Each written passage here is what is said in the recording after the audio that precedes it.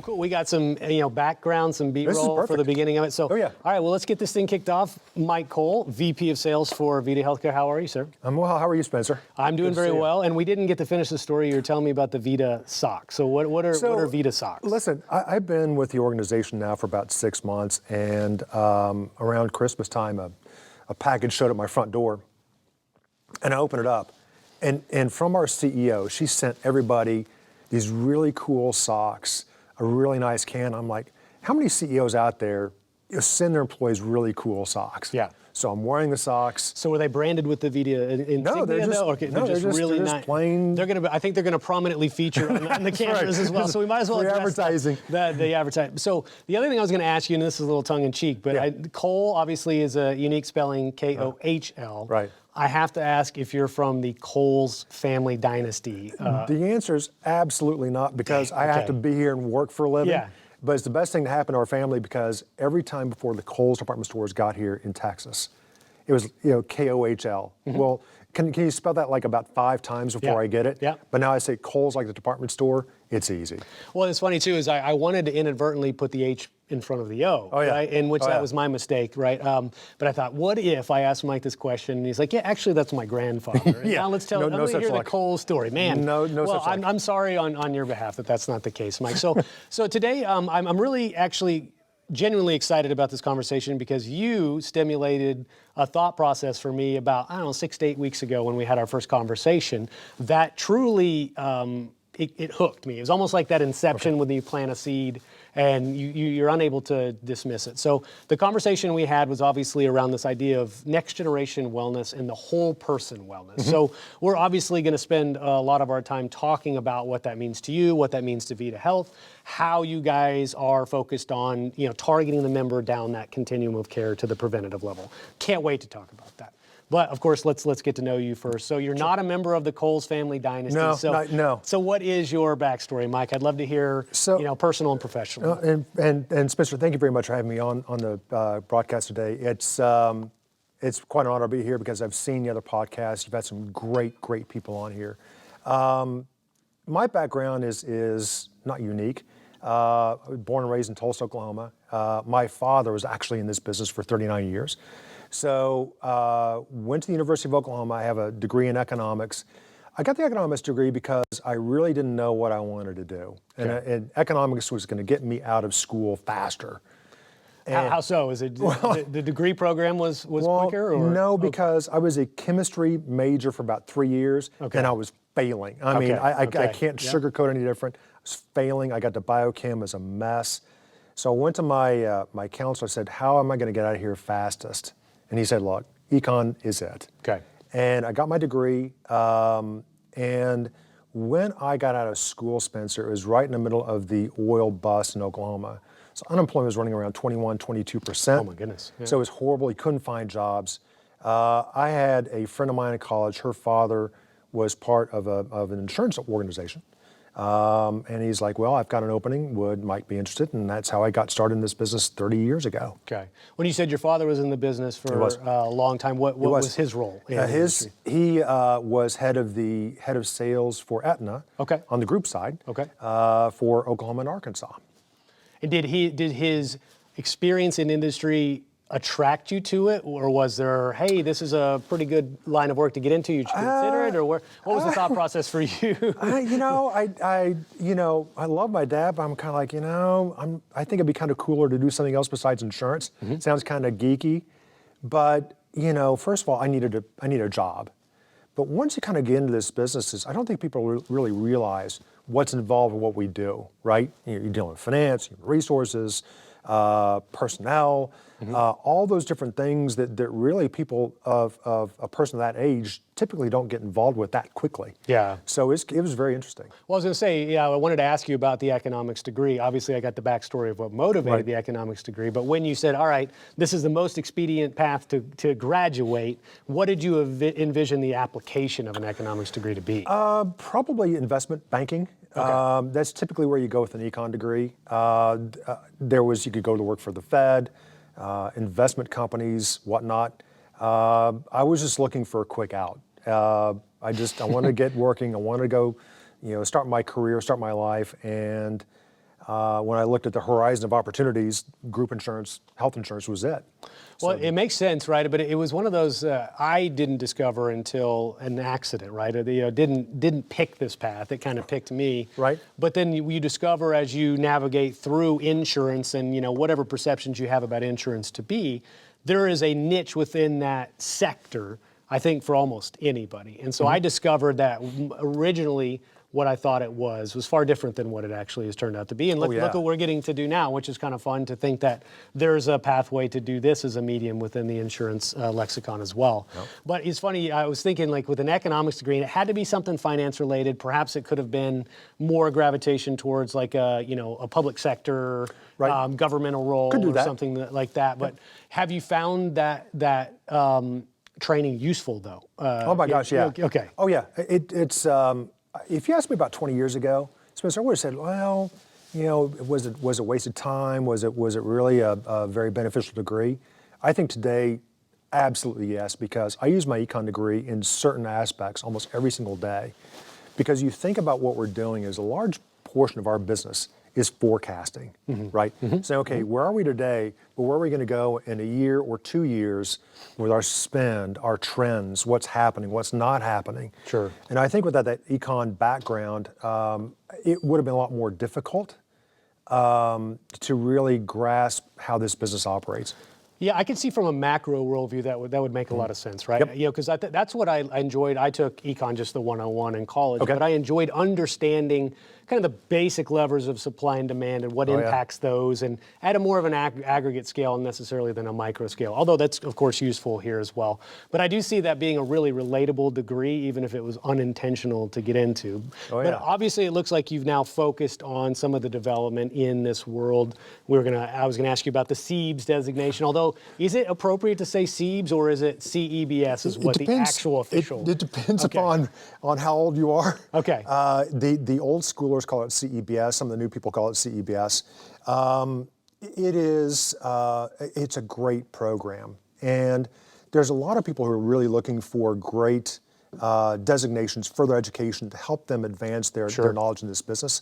That's the sole reason why I took it. Is when I was looking around and making that final determination, putting the stake in the ground, saying this is the business I want to stay in. I was like, well, if you're going to stay in it, I really need to advance it in an effective way. And this was the obvious way to do it. Well, that makes sense.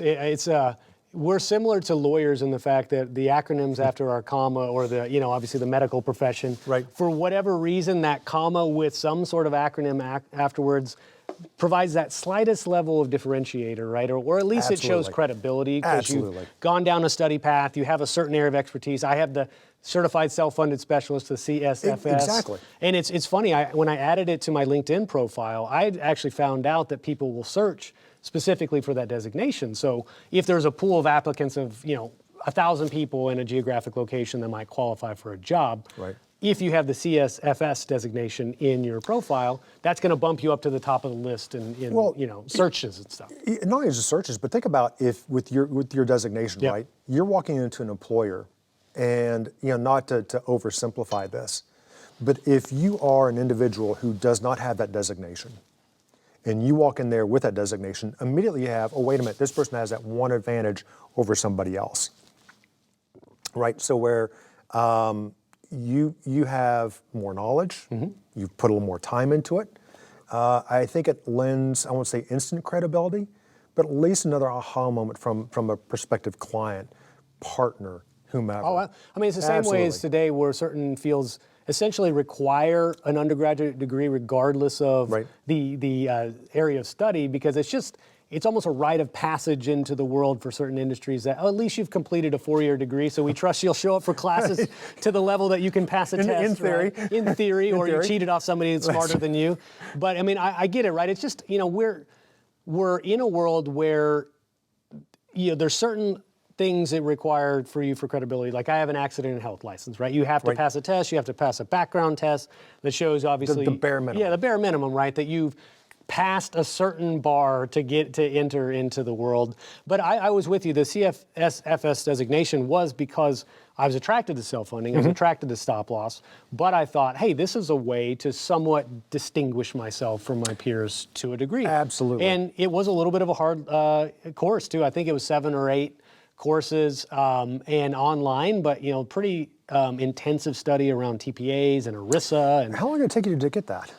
so I paced it out 1 course a week because I was employed at the time, obviously, and I wanted to make sure that it wasn't just, it didn't take away from my production job. But theoretically, I think if you were really deep into it, you could complete it in a week. But you'd essentially have to dedicate your day to each course. Okay. So, but it was well worth it. I mean, I made a video about why I thought it was so worth it. And I just don't think things like that, when you get down to it, they're so important because it just shows that you're interested, you want to expand your knowledge.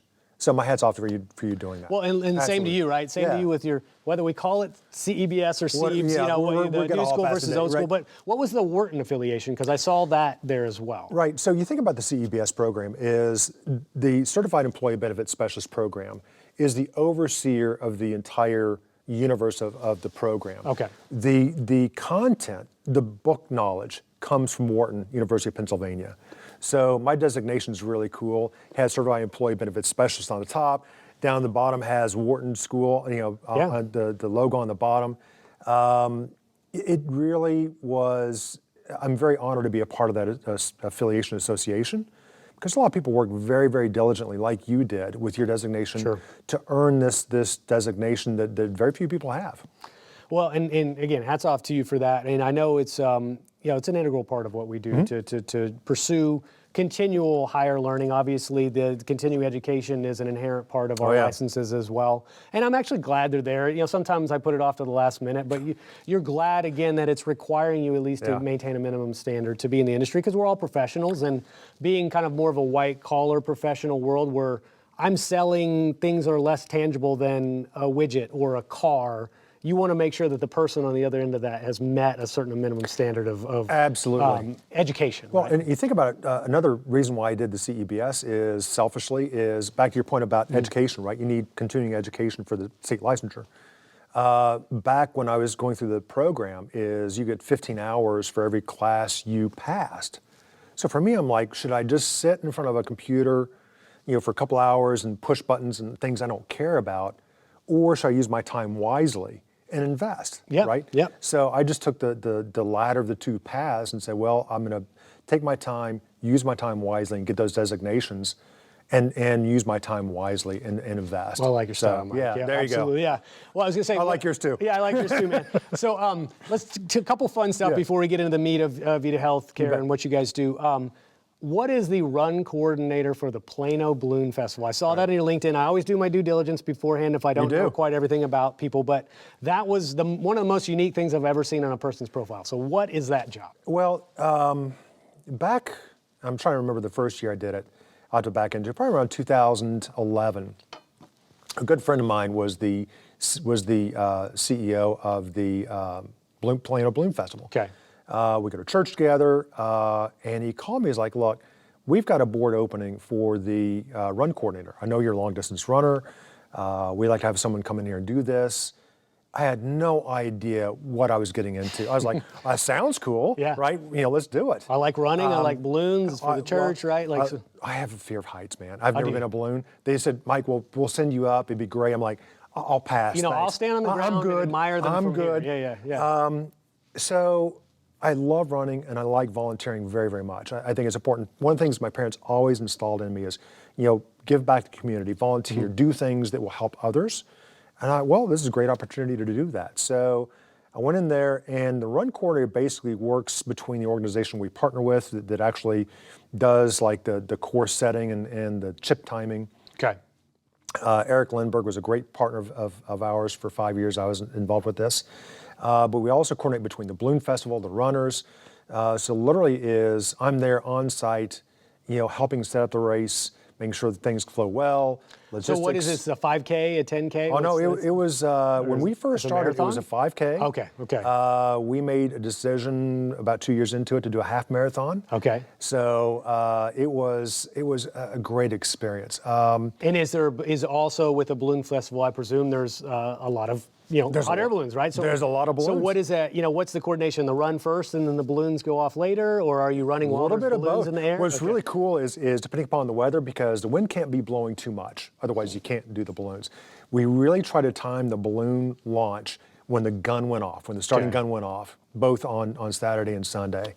And we took it, and I mean it was not me, it was everybody involved. Took it from a very cool 1,000-runner race. We had over 5,000 runners last year that I was involved. Okay. And it was listed one of the top 10 destination runs in the United States. So where in Plano? What part of Plano? It was in East Plano. Okay. It's the same location the Balloon Festival's been for years. It was funny is that they were looking for a location, or for something to do on Sunday morning, right? Because Sunday morning was always the least attended day of the Balloon Fest. And that's why we did the run. And it really just expanded and grew. It was a wonderful experience. I pulled out there for 5 years for personal reasons, and just watched the thing grow from that point. Yeah. But what a great experience it's been. Well, it's fun too, and obviously, so you are a runner. I am. So what is your distance? Are you a 5 mile a day guy? We were talking about some toe injuries, which may affect the distance. But what, if all things being equal, you're healthy, what's your kind of run distance per day or per week? I won't say per week. I always kind of do, in this business, I think we're all goal-oriented people. So my best friend in Chicago was a marathoner. And I think probably over a couple of wines one night, he's like, well, I dare you, right? I dare. So I That's dare always you. a good way to start the motivation for a marathon is a dare, for sure. I started, actually, a neat story is I had a client out in El Paso, and she had gone through a rigorous course of breast cancer. Okay. Brave woman, very just kind of a calm person. And she called me and she said, Mike, I'm so happy you guys are sponsoring the Susan Komen race. And I'm like, well, that sounds great, Janie, fantastic. I said, I'm so glad you're running in it. I'm like, have you seen me, Janie? Yeah. And I thought back and I felt like if she could go through that course of treatment as she did, there's no reason why me as a tremendously overweight 40-year-old individual can't strap on some shoes and go. Well, so obviously you're a lean guy now. I was not at that time. So when you say tremendously overweight, like how much weight have you dropped? 30 pounds. Okay. Yeah. Was it through the running obviously played a big role in that? Did the addition of running into your lifestyle change some of your other habits as well? That went along with it? Everything? Okay. Everything. And it wasn't a matter of, okay, it was dramatic, but I ate better, I watched things, but just keeping the exercise going, I really feel is tremendously important with your physical and emotional state, because there's times where like before I start running is you go in the kitchen, rummage around for really lousy food, a donut or whatever. Now you do healthier things to deal with the stressors of life or the happiness of life. And it's just been one of the best things that I've been involved with. Well, so I will echo that completely. The consistency for me in exercise, we talked about my history playing soccer and then obviously changing that into more weight training style fitness. But soccer kept me very much on point during college because obviously, there's a lot of distractions in college and things that get you in trouble. But it was knowing, hey, I've got practice the next morning or I've got a game the next day. Maybe I should turn in early tonight instead, right? And so I've kept that mindset throughout my life where it's like, oh, yeah, I could have a glass of wine or I have an extra glass of wine tonight, but I'm going to go to the gym tomorrow. And even though I'm not necessarily measuring my performance at the level that I was in college, I would like to have, if I'm going to go to the gym, I would like it to be, a positive experience and not struggle. Right. So then you continue going, all right, well, the choices that precede or go after the exercise are still kind of tied into the choice to exercise in the first place. So I think it's reinforcing for me that if I keep that as a core of a thing that I do in my life, the other choices inherently are good around that. So that helps me kind of stay on track. And you're probably a better father, husband, all I hope those so. things, Yeah, right? yeah, for sure. So for you, I imagine it's very difficult to budget because, again, you have younger children. My kids are older. Yep. It's not easy. But I think the thing is that you're finding time to do that. Well, you is know, you really have your smart. certain non-negotiables in life, and that my wife and I have both said that's what. Yeah. So we make sure she has daycare available if she wants to work out during the day when she Got it. stays home with the kids. If we can go on the weekends together, we try to do so. I obviously have to find time around work to do it, and I'm an after-work guy.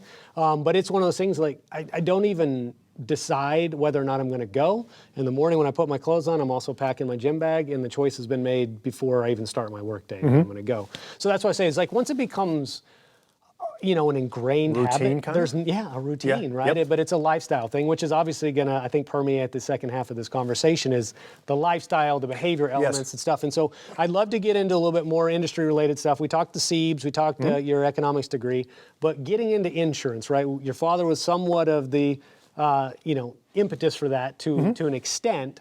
But then, did you know what you were getting into when you got into the carrier world? Did you know what it meant to be in insurance? I did. I guess through osmosis, so to speak, because I'd hear my dad talking about a lousy renewal and over dinner, and I'd be, Dad, what does that mean? And he'd walk through the mathematics and through probably some anger and some scratches, whatever. So I kind of picked up a little bit what it meant, but really I think we all recognize how complex self-funding really truly is. Yes. I mean, it is not something that is, I think, unfortunately taught like it used to be. And it is a skill that I think few people really understand like you do. Right? Well, I appreciate that. And I still feel I'm scratching the surface. I think on we this. all Yeah, are. yeah. I think there's things we learn every single day that impact self-funded plans that we're like, oh, really? Oh, I didn't know that. But it's really is, I'll go back to my group school days years ago they'd stick all these nervous young individuals in a room, Yep. you're wearing suits, where we shouldn't have been wearing them, to teach about self-funding and the basics of it, the foundation of it. But the reality is you really don't know what that's going to be like until you really write your first self-funded plan. Okay. Until you really understand what the ins and outs are, what these are, documents, banking, all those different things. And really once you write your first one is really when you start to learn what this truly means. Yeah. Well, I think you do have to be in it. I think theoretically I understood it about 6 months in because I was doing a lot of the financial reporting. And Right. so when you knew the numbers and you had to put them together and they had to make sense. So Okay. I have to understand, well, what's a spec, what's an ag, how do those things intersect? Intertwine. So then it's like, okay, well, at least I understand the theory. It took a long time to understand the reality. And I've never been a consultant myself as well. So like, I don't understand what it's like to actually make a recommendation and put it on the table, have an employer say yes to it, and then be responsible for the ultimate impact of that, which I think is, to me, is somewhat terrifying because you're dealing with real dollars. It is. When I was selling stop loss, they were still, to me, theoretical dollars because the premium affected what I was paid, and then I didn't necessarily get negatively impacted on a bad experience or bad claims year, of course. So then it's still, you're at an arm's length of what the actual reality of self-funding is. I have immense respect for the people that put their reputation, their names on the line to make recommendations to these employers who are companies that could potentially go south. Their business could go Or you make a wrong recommendation. Yeah. That's really, you're right. If you're a consultant out or a broker in the marketplace and you're talking with a client, you're like, guys, I think we need to do this. If it's unformed or really not insightful, it could be very dangerous. Well, if it's a buzzword you heard, oh, let's do reference-based pricing. I heard that's really cool. Well, let's do it. It'll save you some money. And then you don't really know what that means, right? But you're exactly right. In reference-based pricing, there's a specific need for it in the marketplace. There are certain clients like, hey, listen, I want to get away from the traditional carrier marketplace. Let's see how this works. But again, if it's not explained carefully and properly, it can be a really slippery slope very, very fast. Yeah, and that's why by being at least in the seat that I sit in, I get to be some more of an armchair quarterback than the people that are actually making those recommendations. So that's why I say it's like I always pull myself back from saying I know more than somebody in that world because I am not making decisions that impact real dollars and cents for the employers when choosing to go self-funded at least. So, you spent a number of years in the carrier world. I saw Transamerica, I saw Aetna, I saw UHC, so obviously you've been with some of the biggest players in this industry. Was it always in the large group space though? It was always around self-funding, or did you do some ancillary and some small group? And I've always been on the self-funded world. Okay. When I was at Aetna, I handled one fully insured account, it was 4,000 lives, it was $60 million of premium a year, and the renewal is just so easy, right? Okay. I couldn't even wrap my mind around it because it was so easy. Yeah. But the last 15, 18 years, even though I was on the broker side before United Healthcare, was dealing with self-funded plans. And it is a world which, once you start to understand it, can be extraordinarily powerful for yourself, for your clients, for your partners, because I think if you understand it, you can discuss it.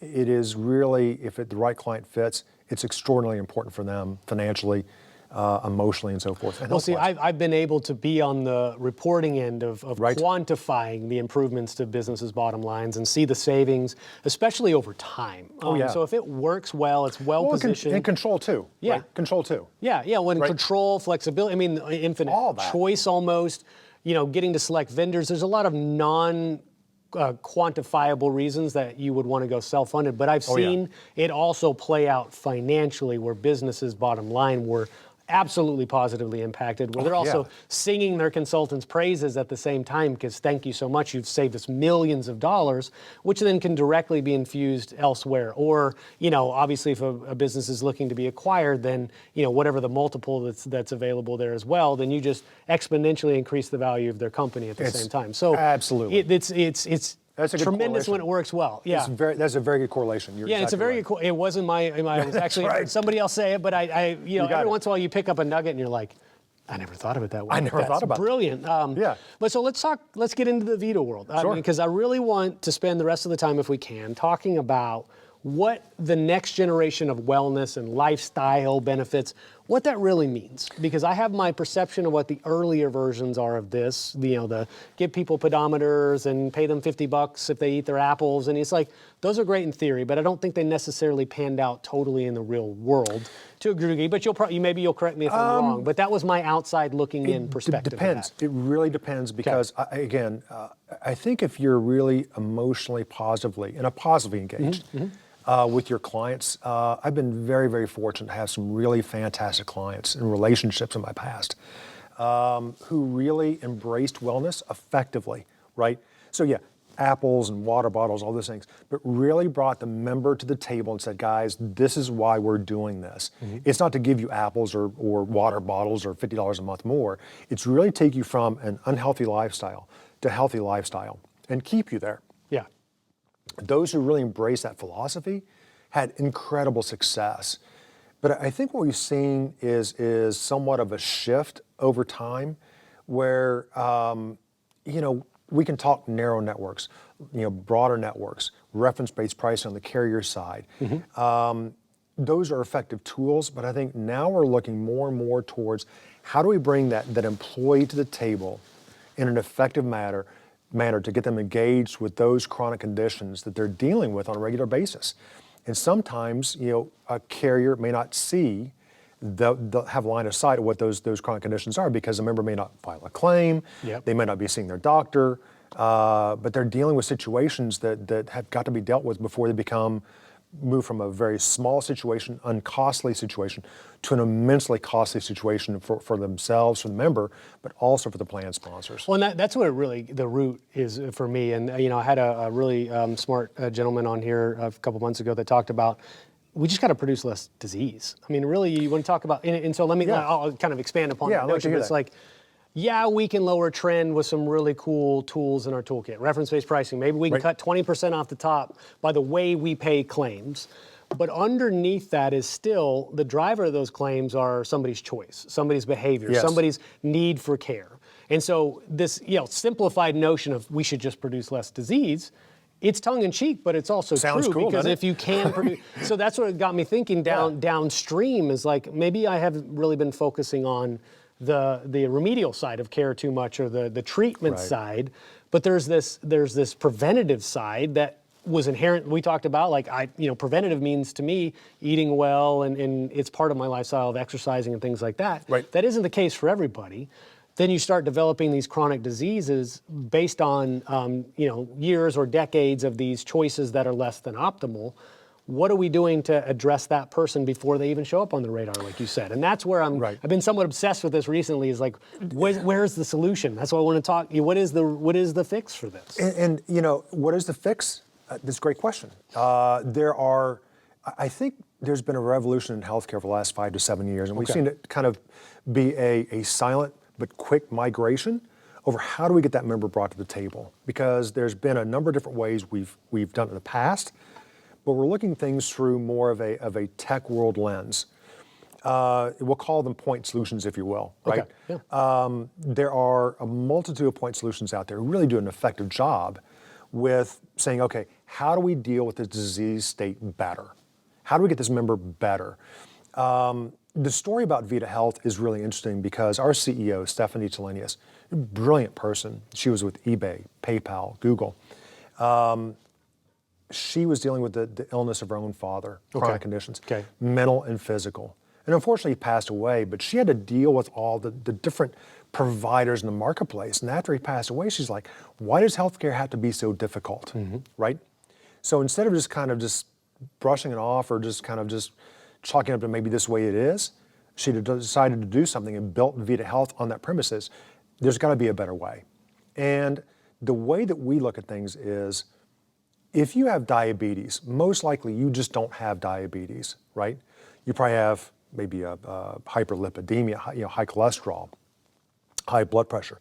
And you most likely, about 70% of the time, you have a mental situation tied to it. Yeah. Right? So think about that. Is a member that comes to us, right, as a Vita Healthcare member, they're probably looking at this going, I'm dealing with the stress, the anxiety, the depression of having diabetes, of having a chronic physical condition. And the way I kind of describe it is, if we don't look at that member from a whole health perspective, right, mental and physical, if you only look at the diabetes side of it, it's a half a solution, and that person really won't get to a better health care state unless you address that whole person at the same time. Yeah. Well, and that's what I think the conversation we had, referencing back to that again, is you triggered this idea of the underlying behavioral drivers so whether it be a trauma, whether it be an insecurity of some sort, whether it be the stress itself and where you're just self-medicating with food or alcohol. Like, we forget sometimes that people don't exist in a vacuum, or they're not just immutable. Oh, you made a bad decision and now you keep making the same bad decision. Very likely there's behavioral motivations that underlie that. And so it's peeling back those layers of the onion to get to, well, what's the driver underneath that? Sometimes it can be obvious. It can be also innocuous. Is you think about a person you think about a 40-year-old single parent, right? 2 children. They have a weight issue. They're also depressed. They also have diabetes. Is the weight issue being driven by the depression, or is the depression being driven by the weight and diabetes? Sometimes you don't know, but you really have to deal with the entire situation at a single point of contact. Yeah. Because there's all the situations out there. We all know people like that who are dealing with this on a regular basis. And we've really got to get the mental and the physical tied together effectively to get that person to learn coping skills, get them to a much better mental state, to get them on a pathway of better health longer term. Well, and that's what, you can have your belief system, right, about how you should treat your body and how you should take care of it, but you also have to treat people with grace to a degree, because you don't know what their story is underneath that. And so I think it's really important to, hey, it's, not say, hey, it's not your fault, but hey, like, there's probably some things that maybe you're not even aware of that have gotten you to this point. What do we do to find those things out, right? So I think Vita Health has taken that, you called it a whole person That's correct. Focus. So what are we doing around, what does behavioral health or mental health look like to you guys? And then how does that help you unpack the health style or lifestyle behaviors that are causing some of the chronic conditions? Like, tell me how that assessment process might play out. For Vita Health singularly, we want to make sure we're tying the right member to the right coach, if you will, or psychologist. So when a person comes onto our app, right, they enroll for the first time, we're going to go through a process to determine kind of a baseline PHQ and GAD score. What these things do, in simplicity's sake, is they determine what is your stress level and what is your depression state, right? It gives you a baseline. You'll also tell us what you like to work on, right? Is it weight? Is it diabetes? Is it a chronic condition? Is it a wellness program? I have a health coach. Because with COVID, a little bit of wine, some bad food, I've kind of fallen off the running bandwagon. Okay. So I have a coach that I chose to help me with a better state of how do I get to running better, taking care of myself better, right? So it's really up to the member where they want to start off with in terms of their coach. They get to choose their coach, because pairing that person with the right type of person they want to partner with, be Absolutely. it a drill sergeant, be it a cheerleader, whatever, will help them get to a better state quicker, right? Because they're not dealing with somebody that is contraindicative in terms of their personality. But once we get that person tied up with their coach, their health coach, we'll get them into a cognitive behavioral therapy pathway, Okay. which is trackable. It's a pattern.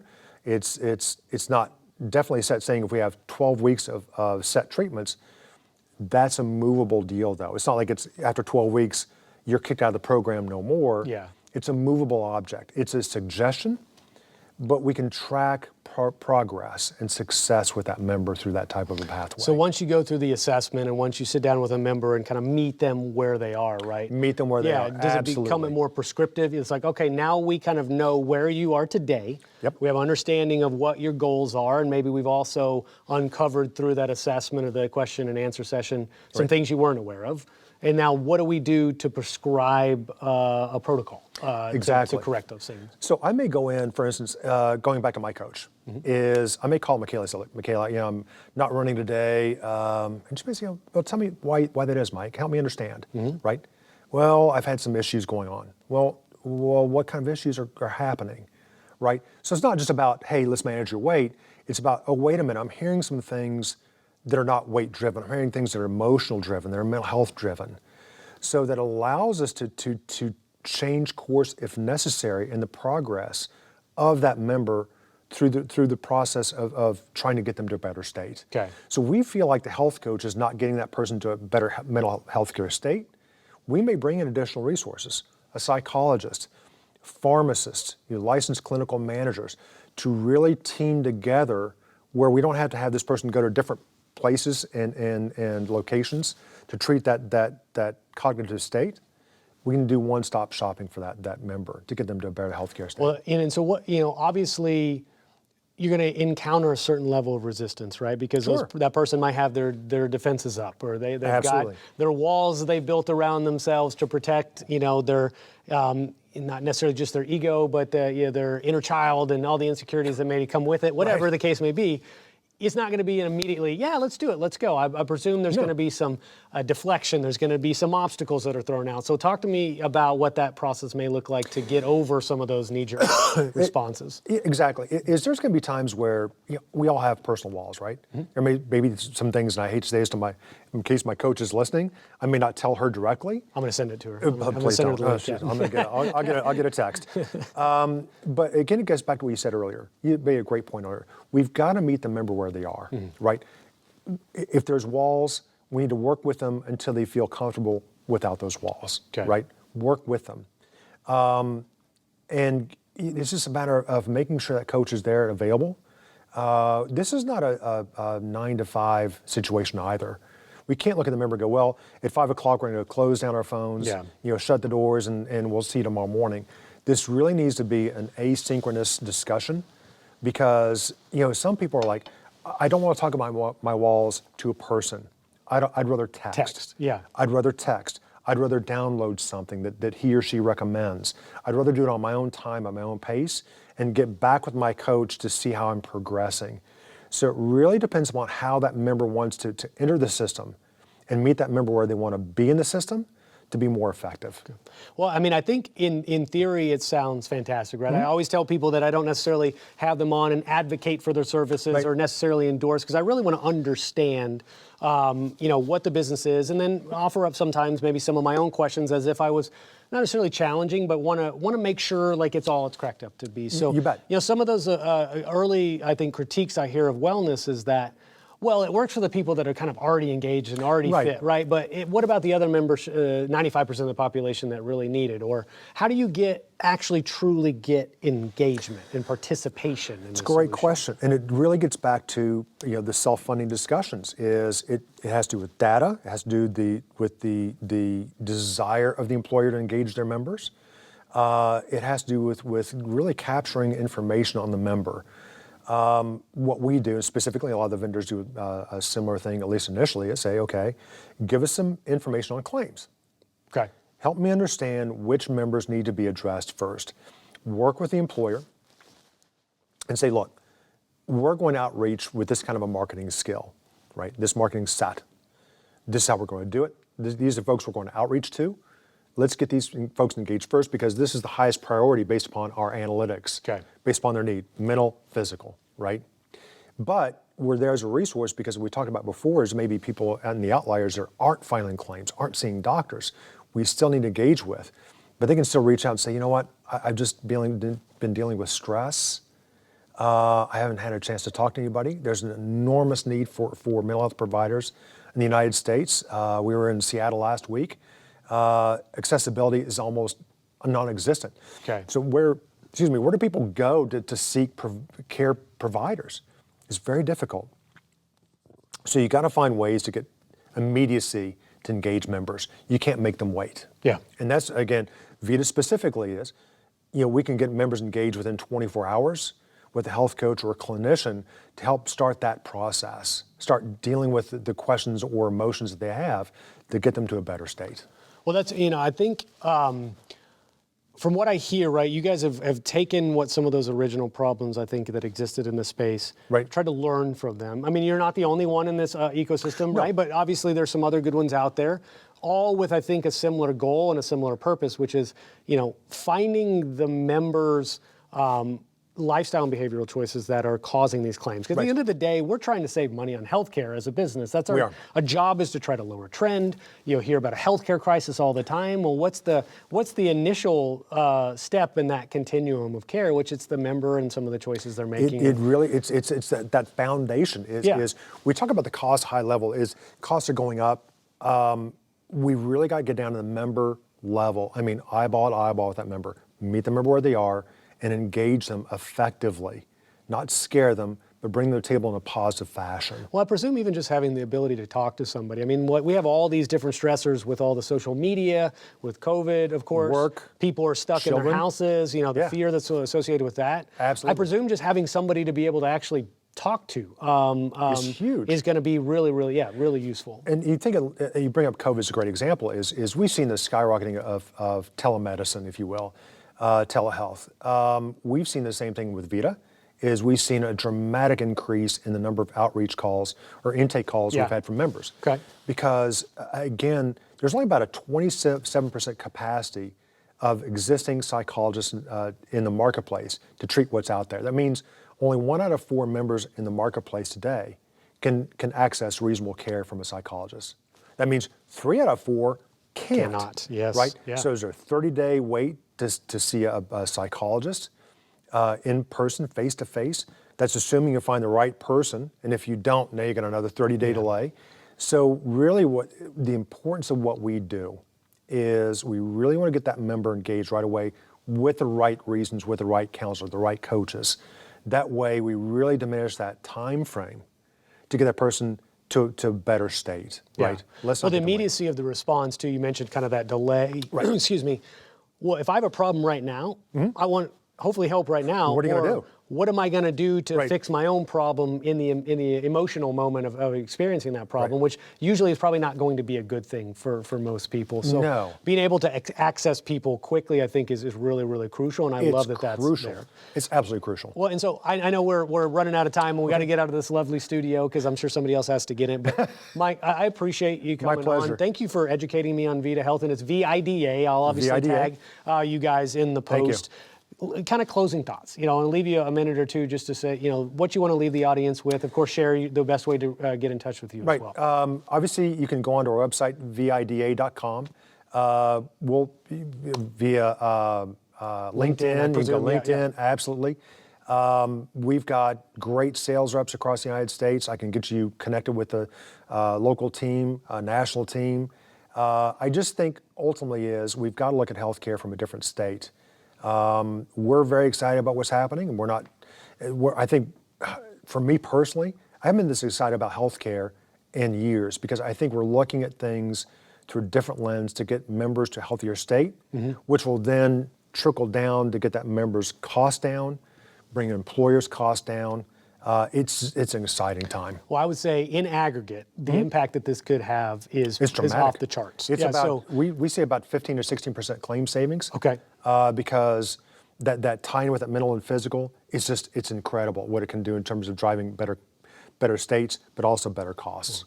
Well, I would say thank you for doing what you do personally. Thank you. Obviously, I enjoy hearing about what Vita is doing, and it sounds phenomenal. And you too, Spencer. Thank you. Yeah, and my pleasure. And I appreciate you just educating me on the space because you have actually lit a fire under me a little good. bit. So I'm excited as you are about talking about this. So My pleasure. Mike, pleasure to have you on, and You I'll as well. see you soon, man. All right, see you. Thank you. Bye.